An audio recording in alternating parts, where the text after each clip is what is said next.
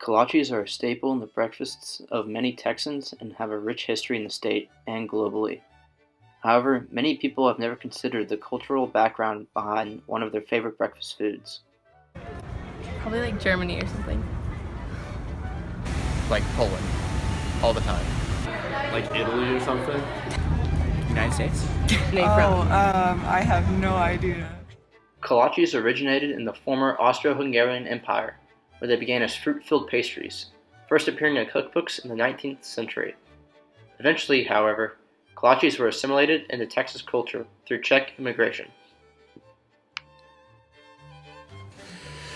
So Czechs began arriving in Texas in the middle of the 19th century.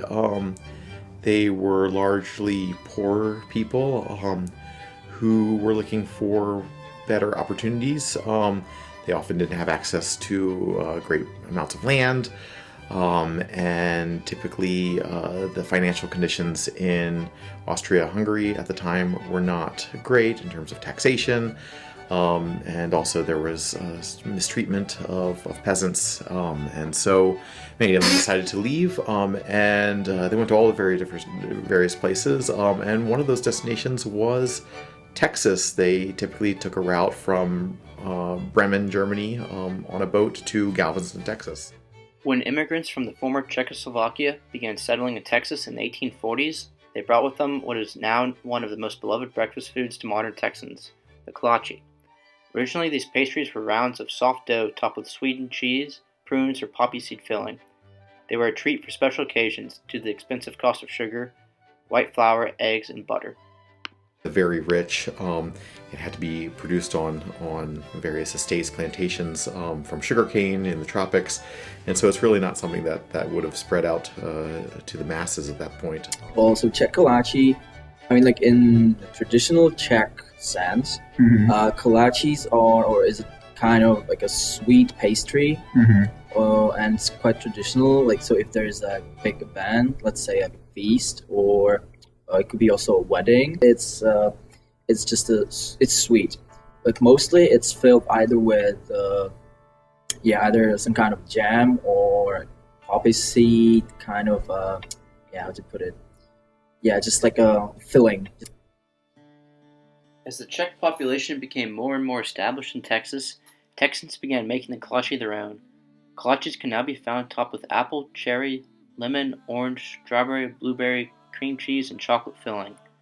Even more controversially, many Texans now associate the word kolache with a sausage, jalapeno, and cheese-stuffed bun. Like a sausage wrapped in bread that's got like some like cheese in it. Isn't it like a meat inside like breading? A sausage with like cheese in it? I mentioned the sausage type kolache was a further adaptation that took place in Texas. Supposedly, this was actually there was originally a distinction that the Czechs in Texas called it a klobásník, coming from the word klobasa, meaning sausage. While some solely recognize kolaches as being meat-filled, these Texan kolaches differ from the traditional kolaches of Czech culture. I mean, the consistency of the dough, I would say it's more like almost like a hamburger bun, rather than like a thick raised. And the dough itself, I think it had like no taste. Actually, like most of the taste came from the sausage, or because it was actually thick and it was with jalapenos, so it was spicy, so it was something completely different. To be honest, I would say it had nothing in common with at all with the Czech kolache that I'm used to. Kolaches continue to increase in popularity in the United States, and artisanal bakeries around the country are straying further and further from tradition, creating kolaches with Nutella, peanut butter, Cajun street sausage, sauerkraut, chorizo, and even bacon. As kolaches transform and diversify, it is becoming increasingly important to have an understanding of where they began and appreciation for their traditional form.